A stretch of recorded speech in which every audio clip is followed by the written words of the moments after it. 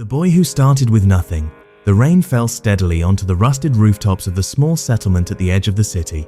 Water leaked through holes in the tin roof of a tiny shack where a young boy lay awake, listening to the storm. He had no comfortable bed, no savings, and no certainty about tomorrow. His name was Daniel, and he had grown up knowing what it meant to have nothing. His father had died when he was very young, leaving his mother to raise 3 children alone. She worked long hours washing clothes for wealthier families, yet there were many nights when the family went to sleep hungry. As a child, Daniel often watched other children walk to school with clean uniforms and new books. He wanted to join them, but many times he could not afford the required supplies. Still, he loved learning. Whenever he found an old newspaper or a torn magazine, he would read every word. At night, he studied beneath a streetlight because there was no electricity in his home. People often laughed at him. "What difference will studying make?" they asked. "You'll always be poor." Daniel heard those words many times. At first, they hurt. Later, they became fuel. He promised himself that one day his circumstances would change. Not because someone would rescue him, not because luck would suddenly appear, but because he would refuse to quit. As a teenager, Daniel took every job he could find. He carried goods at the market, he cleaned shops, he washed cars, he worked construction sites during school breaks. The pay was small, but he saved every coin he could. While others spent their earnings immediately, Daniel kept thinking about the future. One afternoon, while helping unload boxes at a local store, he noticed something. The owner bought products cheaply from wholesalers and sold them at a profit. The idea fascinated him. That night, Daniel began studying business. He borrowed books from a library and watched successful entrepreneurs whenever he could. The more he learned, the more he realized something important. Most successful people had not become wealthy overnight. They simply solved problems consistently. At 18, Daniel had saved enough money to buy a small box of phone accessories, chargers, earphones, phone cases. He placed them on a wooden table near a busy road and waited for customers. The first day was disappointing. He sold almost nothing. The second day wasn't much better. Many people would have quit. Daniel returned anyway.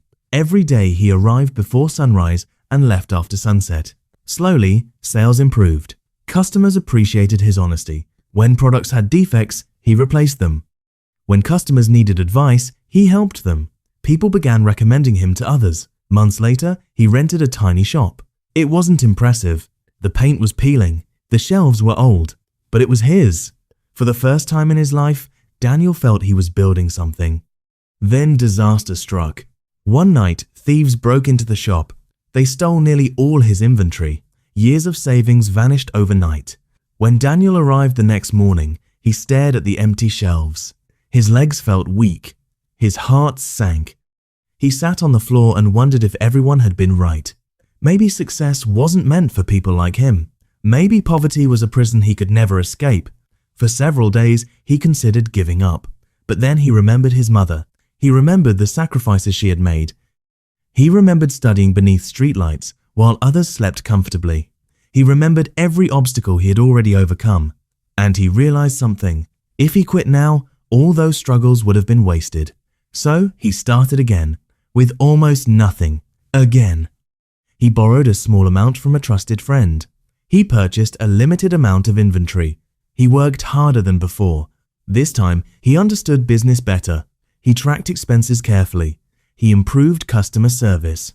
He reinvested profits. Month after month, the business grew.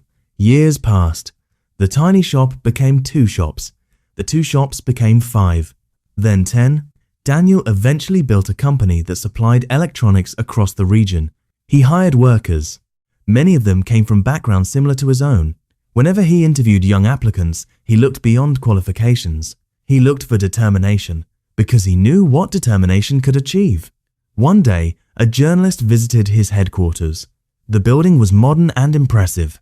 Employees moved confidently through bright offices. The journalist asked the question everyone wanted answered. "What's the secret to your success?" Daniel smiled. He looked through the window toward the city skyline. For a moment, he remembered the leaking roof, the hungry nights, the stolen inventory, the failures, the setbacks, the fear. Then he answered, "There is no secret." The journalist waited. Daniel continued. I started with nothing. I failed many times. I lost almost everything more than once. The difference is that every time life knocked me down, I got up one more time. Years later, Daniel established scholarships for children who could not afford education. He built community libraries. He funded small business programs. Thousands of lives improved because one boy had refused to surrender. When people praised his success, he always shared the same message. Your beginning does not decide your ending. Many listened. Some doubted. But those who truly understood his story knew the truth. Success is not born from comfort. It is often born from struggle, not from having everything, but from refusing to stop when you have nothing. And that is why the boy who started with nothing eventually built a life that inspired thousands. Not because he was the smartest, not because he was the luckiest, but because he kept moving forward when every reason in the world told him to quit.